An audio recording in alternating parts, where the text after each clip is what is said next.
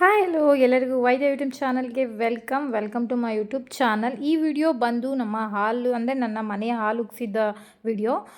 Video ಸ್ವಲ್ಪ ಕ್ಲಿಪ್ಗಳನ್ನು miss ಆಗಿದೆ, ಯಾಕೆಂದರೆ ವಿಡಿಯೋ ಮಾಡಿಯೂ ಸಹ ವಿಡಿಯೋ ಆನ್ ಆಗಿರಲಿಲ್ಲ, ಎಲ್ಲೋ ಒಂದಷ್ಟು ಮಿಸ್ ಆಗಿದೆ. ಆದಷ್ಟು ನಾನು ಈ ವಿಡಿಯೋನ ನಿಮಗೆ ಶೇರ್ ಮಾಡಲಿಕ್ಕೆ ಪ್ರಯತ್ನ ಪಡ್ತೀನಿ. ಹಾಗೆ ನಿಮಗೆ ಗೊತ್ತೇ ಇದೆ, ಹಳೆ ವಿಡಿಯೋದಲ್ಲಿ ಕ್ಲೀನಿಂಗ್ ಮಾಡಲಿಕ್ಕೆ ಅಂತ ಮನೆಗೆ ಬಂದಿದ್ವಿ. ಅದೇ ಮಾರ್ನಿಂಗು ಶುಕ್ರವಾರ ಹಾಲು ಉಗ್ಸೋದಕ್ಕೆ ಟೈಮ್ ಕೊಟ್ಟಿದ್ದರು.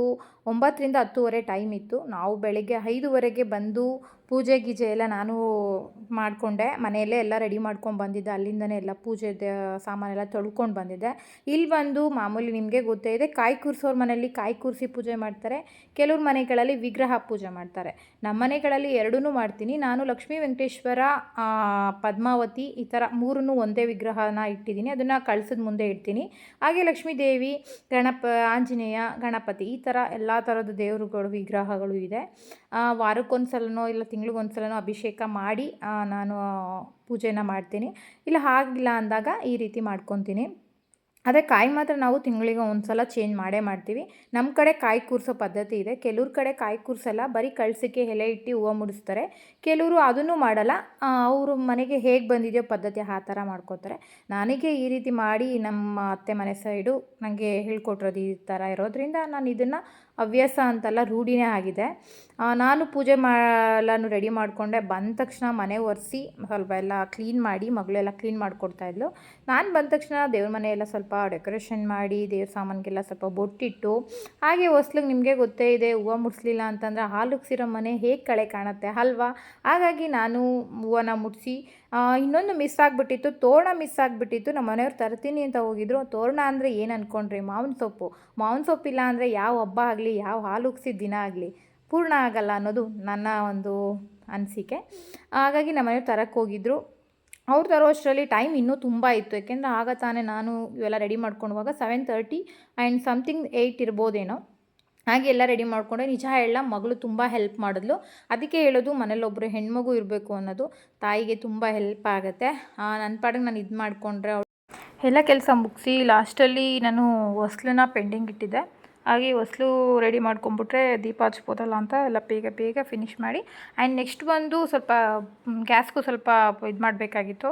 ಹಾಗಾಗಿ ಗ್ಯಾಸ್ ಪೂಜೆ ಮಾಡಿ ತಾನೇ ಒಲೆ ಹಚ್ಚೋದು. ಹಾಗಾಗಿ ನಮ್ಮನೆಯವರು ಸಹ ಮಾವಿನ ತೋರಣ ತಂದಿದ್ರು. ಆ ತೋರಣನೆಲ್ಲ ಫಿಕ್ಸ್ ಮಾಡಿ, ಹೂವೆಲ್ಲ ನೀಟಾಗಿ ಹಾಕಿ, ಹೊಸ್ಲಿಗೆ ಹೋಗ್ಬಿಟ್ಟು ಅರ್ಶಿನ ಕುಂಕುಮ ಹಚ್ಚಿ, ತುಳಸಿಗೂ ಅರ್ಶಿನ ಕುಂಕುಮ ಹಚ್ಚಿ ನಾನು ಪೂಜೆನ ಮುಗಿಸ್ದೆ. ಆ್ಯಂಡ್ ಮಂಗಳಾರತಿ ಮಾಡಿ ಧೂಪ ಕೊಟ್ಟು ಮಾಡಿದೆ. ನಮ್ಮ ಕಡೆ ಧೂಪ ಅಂದರೆ ನಾವು ಮಾಮೂಲಿ ಧೂಪಕ್ಕೆ 2 ಲವಂಗ, ಒಂದು ಕರ್ಪೂರ ಹಾಕಿ ಧೂಪ ಕೊಡ್ತೀವಿ. ನೀವು ಯಾವ್ಯಾವ ಮೂಲೆಯಲ್ಲಿ ಹೋಗಿ ಧೂಪ ಕೊಡ್ತೀರೋ ಅಲ್ಲೆಲ್ಲದಕ್ಕೂ ಕೊಟ್ಟಷ್ಟು ನಿಮಗೆ ನೆಗೆಟಿವ್ ಎನರ್ಜಿ ಹೋಗಿ ಪಾಸಿಟಿವ್ ಎನರ್ಜಿ ನಿಮಗೆ ಸಿಗುತ್ತೆ. ಅದು ತುಂಬ ಒಳ್ಳೆಯದು. ಎಲ್ಲ ಶುಕ್ರವಾರ, ಅಮಾವಾಸ್ಯೆ, ಹುಣ್ಣಿಮೆ ದಿನ ಈ ಥರ ಮಾಡಿ ನಿಮಗೆ ಒಳ್ಳೆಯದಾಗುತ್ತೆ.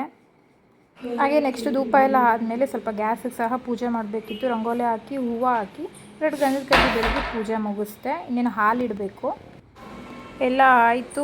ಈಗ ಹಾಲು ಸಹ ಮಳ್ತಾ ಇದೆ. ಇನ್ನೊಂದು 5 ನಿಮಿಷ ಹಾಲು ಮಳ್ಳಿ ಉಕ್ಕುತ್ತೆ. ಅಷ್ಟರಲ್ಲಿ ನಮ್ಮ ಅತ್ತೆ, ನನ್ನ ತಮ್ಮ, ಇವ್ರು ನಮ್ಮ ಅತ್ತೆ ರತ್ನಮ್ಮ ಅಂತ. ನಾನು ಅಲ್ಲಿ ಇರೋದು ಅಲ್ಲಮ್ಮ ಮಗಳು. ಫಸ್ಟ್ ಇಂದ ಹಿಂಗೆ ಕುತ್ಕೊಳ್ಳೋದು. ಹಂಗಲ್ಲ, ಮೇಲ್ಗಡೆ ಕೆಳಗಡೆ ಬರಬೇಕು. ಅವ್ನು ಎಷ್ಟು ನಿಧಾನಕ್ಕೆ ಮಾಡ್ತಾನೆ ಅಂದ್ರೆ ಆ ಸಾಂಗಿಗೆ ತುಂಬಾ ಪೇಷನ್ಸ್ ಇಂದ ಮಾಡ್ತಾನೆ. ನಿಜವಾಗ್ಲೂ ಮಾಡು ಸಾಲಿನೇ ಮಾಡೋದಪ್ಪ. ಮಂಡ್ಯದ ಗಂಡು ಗಂಡು ಗಂಡು ಮುತ್ತಿನ ಚೆಂಡು ಚೆಂಡು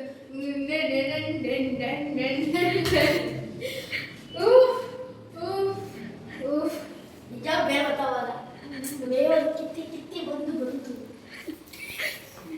ಹಾಗೆ ಅವರೆಲ್ಲ ತಮಾಷೆ ಮಾಡಿಕೊಂಡು ಇನ್ನೇನು ಹಾಲು ಉಕ್ಕಬೇಕಿತ್ತು, ಓಕೆ ಬಿಡ್ತು. ಅದಕ್ಕೆ ವೆಯ್ಟ್ ಮಾಡ್ತಾಯಿದ್ವಿ. ಅಲ್ಲ, ಹಾಲು ಉಕ್ಕಿ ನೀಟಾಗಿ ಸುರಿಬೇಕಂತೆ. 4 ಕಡೆಗೂ ಸುರಿದ್ರೆ ಮನೆಯೂ ಅಷ್ಟೇ ಹಾಲು ಉಕ್ಸ್ದಂಗೆ ಉಕ್ಕುತ್ತೆ ಅನ್ನೋದು ನಮ್ಮ ಕಡೆ ವಾಡಿಕೆ. ಹಾಗೆ ಎಲ್ಲರೂ ಹಾಲು ಉಕ್ಕಿದ ಮೇಲೆ ಎಲ್ಲರೂ ಬಂದು, ಮನೆಯವರೆಲ್ಲ ಬಂದು ಸಕ್ಕರೆ ಹಾಕಬೇಕು, ಅಂದರೆ ಸಿಹಿ ಹಾಕಬೇಕು ಅನ್ನೋದು ಪದ್ಧತಿ. ಹಾಗೆ ಎಲ್ಲರೂ ಬಂದು ಸಿಹಿ ಹಾಕ್ಬಿಟ್ಟು ಹೋದರು.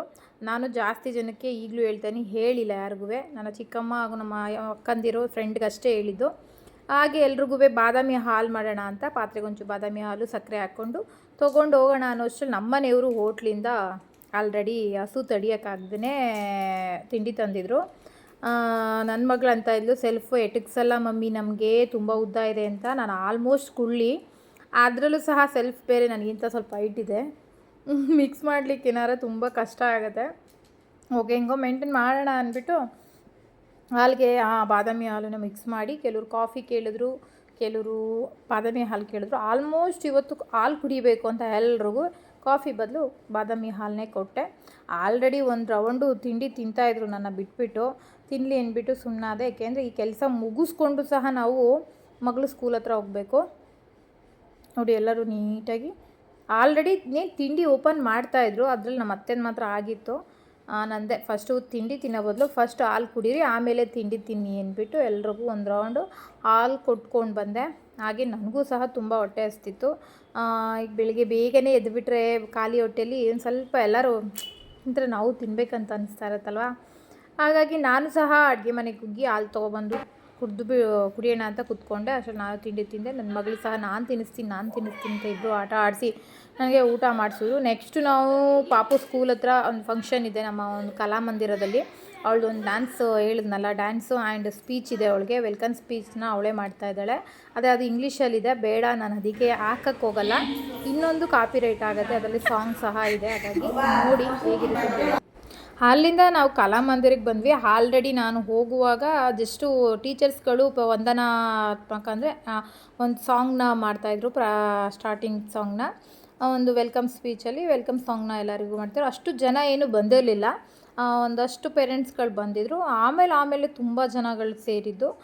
ಅಂದರೆ 6:30 ಮೇಲೇ ಫಂಕ್ಷನ್ ಪೂರ್ತಿ ಸ್ಟಾರ್ಟ್ ಆಗಬೇಕಂತಂದರೆ 6:30ನೇ. ಆದರೆ ಏನಕ್ಕೆ ಬೇಗ ಹೋಗ್ಬೇಕಂದ್ರೆ ಸೀಟ್ಗಳು ಸಿಗಲ್ಲ. ಹಾಗಾಗಿ ಬೇಗ ಒಂಚೂರು ಮುಂದೆನೇ ಹೋಗಿ ನನ್ನ ಮಕ್ಕಳು ಯಾರಿಗೇ ಆದರೂ ಪೇರೆಂಟ್ಸ್ಗಳಿಗೆ ಮಕ್ಕಳದ್ದು ಒಂದು ಡ್ಯಾನ್ಸ್ ನೋಡಲಿಕ್ಕೆ ತುಂಬ ಖುಷಿಯಾಗುತ್ತೆ. ಹಾಗೇ ಜಡ್ಜ್ಗಳು ಬಂದಿದ್ದರು ಆ್ಯಂಡ್ ಅತಿಥಿಗಳು ಬಂದಿದ್ರಲ್ಲ, ಅವರೆಲ್ಲರೂ ದೀಪನ ಹಚ್ಚಿದ್ರು. ದೀಪ ಹಚ್ಚೋದ್ರಿಂದ ಕಾರ್ಯಕ್ರಮನ ಆರಂಭಿಸಿದ್ರು.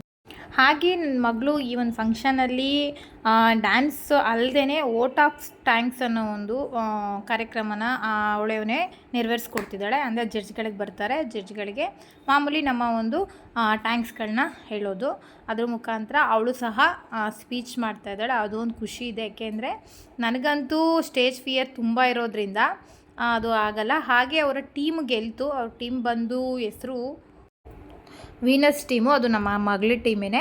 ಇದು ನನ್ನ ಮಗಳು ಸ್ಪೀಚ್ ಮಾಡ್ತಾ ಇರೋದು. ನನಗಂತೂ ತುಂಬ ಖುಷಿಯಾಗುತ್ತೆ. ಯಾಕೆಂದರೆ ನನಗೆ ಎಷ್ಟಿದೆ ಸ್ಟೇಜ್ ಫಿಯರ್ ಅಂದರೆ ಡೈರೆಕ್ಟಾಗಿ ಯಾರ ಜೊತೆನಾದ್ರೂ ಮಾತಾಡ್ಬಿಡ್ತೀನಿ, ಆದರೆ ಸ್ಟೇಜಲ್ಲಿ ಒಂದು ಮೈಕ್ ಮುಂದೆ ಮಾತಾಡಬೇಕಂದ್ರೆ ಸ್ವಲ್ಪ ನರ್ವಸ್ ಆಗುತ್ತೆ. ಬ್ಯಾಕ್ ಸೈಡ್ ಎಷ್ಟು ಬೇಕಾದ್ರೂ ಮಾತಾಡ್ಬಿಡ್ಬೋದು, ಆದರೆ ನನ್ನ ಮಗ್ಳಿಗೆ ಆಗಿಲ್ಲ.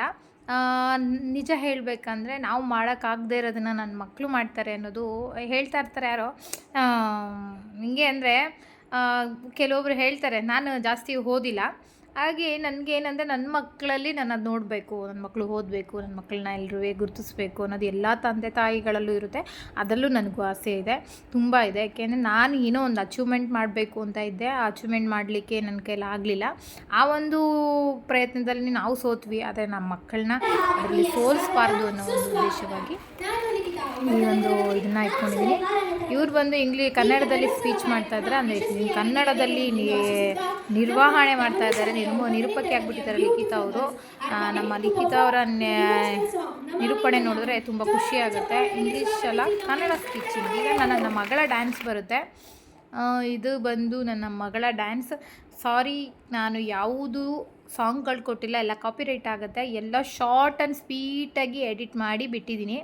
ನಿಮಗೆ ಈ ಒಂದು ಹಾಡು, ಇನ್ನೊಂದು ನಮ್ಮ ವಿಷ್ಣು ಸರ್ದು ಒಂದು ಹಾಡಿಗೆ ನನ್ನ ಮಗಳು ಡ್ಯಾನ್ಸ್ ಮಾಡ್ತಾ ಇದ್ದಾಳೆ. ಅದೊಂದು ತುಂಬ ಖುಷಿ ಇದೆ. ಆ ಹಾಡನ್ನ ನಾನು ಫೇಸ್ಬುಕ್ಕಲ್ಲಿ ಹಾಕ್ತೀನಿ. ಯಾವ ಸಾಂಗು ಸಹ ಪೂರ್ತಿಯಾಗಿ ಎಡಿಟ್ ಹಾಕಿಲ್ಲ, ಯಾಕೆಂದರೆ ಕಾಪಿರೈಟ್ ಆಗುತ್ತೆ ಅನ್ನೋದು ನಿಮಗೂ ಸಹ ಗೊತ್ತಿದೆ. ಇದು ಚಿಕ್ಕ ಮಕ್ಕಳದು. ಹಾಗೆ ನನ್ನ ಮಗಳು ವಿಷ್ಣು ಸರ್ದು ಒಂದು ಮಾಡ್ತಾ ಇದ್ದಾಳೆ ಅಂದ್ರಲ್ಲ, ಇದೇನೇ ಕರ್ನಾಟಕದ ಇತಿಹಾಸದಲ್ಲಿ ಆ ಸಾಂಗ್ ಇದೆಯಲ್ಲ ಸರ್ದು, ಆ ಒಂದು ಹಾಡಿಗೆ ಅವಳೇ ಸಹ ಆ ಪಾತ್ರನ ಮಾಡ್ತಾ ಇರೋದು ನನ್ನ ಮಗಳೇ, ವಿಷ್ಣು ಸರ್ದ ಪಾತ್ರನ. ನನಗಂತೂ ತುಂಬ ಖುಷಿ ಆಯಿತು. ಇದು ಒಂದು ಲಾಸ್ಟಲ್ಲಿ ಅವಳಿಗೆ ಒಂದು 3 days ಇದೆ ನನಗೆ ಈ ಒಂದು ಸಬ್ಜೆಕ್ಟ್ ಕೊಟ್ಟಿರೋದು, ಮಾಡಲೇಬೇಕು. ನನಗಂತೂ ನೋಡಿಬಿಟ್ಟು ತುಂಬ ಖುಷಿ ಆಯಿತು. ಏಕೆಂದರೆ ನಾವು ಅವ್ರ ಅಭಿಮಾನಿಯಾಗಿ ನನ್ನ ಮಗಳೇ ಅವ್ರ ಪಾತ್ರ ಮಾಡ್ತಿದ್ದಾಳೆ ಅಂದಾಗ, ಒಂದು ಹಾಡಿಗೆ ಡ್ಯಾನ್ಸ್ ಮಾಡ್ತಿದ್ದಾಳೆ ಅಂದರೆ ತುಂಬ ಖುಷಿ ಆಯಿತು. ಒಟ್ಟು 2 ಸಾಂಗ್ಗಳು ಮಾಡಿರೋದು. ಈ ಒಂದು ವಿಡಿಯೋನ ನಾನು ಫೇಸ್ಬುಕ್ಕಲ್ಲಿ ಫುಲ್ ಸಾಂಗ್ ಹಾಕಿರ್ತೀನಿ, ನೋಡ್ಕೊಳ್ಳಿ. ಯಾರಿಗೆಲ್ಲ ಈ ವಿಡಿಯೋ ಇಷ್ಟ ಆಯಿತು ಅವರೆಲ್ಲ ಲೈಕ್ ಮಾಡಿ, ಶೇರ್ ಮಾಡಿ, ಸಬ್ಸ್ಕ್ರೈಬ್ ಮಾಡಿ ಅಂತ ಹೇಳ್ತಾ, ಜೈ ಶ್ರೀರಾಮ್.